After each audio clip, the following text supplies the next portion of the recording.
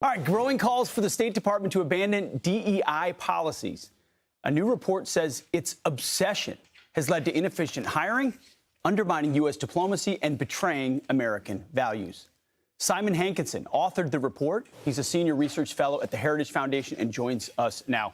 Simon, thanks for being here. So you looked at under the hood of what's happening at the State Department, and you say they're obsessed with DEI. Why? They're obsessed with it because they have bought into this concept of equity, that all outcomes have to be equal across racial groups, across sex.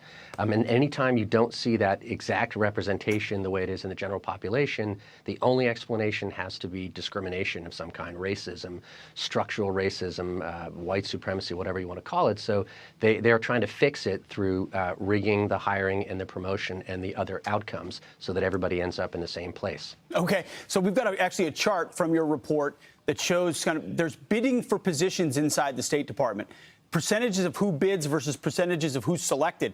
So the column on the left is 64% of men are bidding for certain high-level coveted positions, but it's an inverse on the other side of who's actually selected. So that's part of it. Hey, men and women apply, women mostly selected.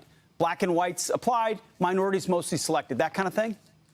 Well, that particular graph is just a snapshot of one bureau, Latin America, in the year 2020, but it does illustrate the point that there's no way that you end up with 1/3 of the bidders on those jobs being women and 2/3 of the winners of those jobs being women without somebody putting their foot on the scale. So that's just one example of the positive discrimination at the State Department in certain jobs. What's the impact? I mean, our State Department is supposed to set our foreign policy, represent us around the globe. What does it mean to us, the taxpayers, to those they're representing? How does it impact us? Well, we should expect to have an elite in the Foreign Service. There are certain professions that you just have to have free and fair competition, but end up with the people best able to do the job. And in the end, it doesn't really matter if all of our pilots are black and all of our brain surgeons are women and all of our plumbers are Jewish, as long as they can fly the planes, fix the brains and unclog the drains. You can swap out those ethnicities and you can swap out the professions, but in the end, America's about competition, it's about selection, and it's about merit. It's about people doing what they want to do. We want to create equal opportunity, but we can never create equal outcomes without exactly equal inputs, which is never going to happen. It's a great point. Here's what the State Department, we got a response from the State Department to this report. They said, we haven't seen the report, but we welcome a diversity of viewpoints. Do they really inside the State Department? Do you think they welcome a diversity of viewpoints? Like, how do they feel about Trump?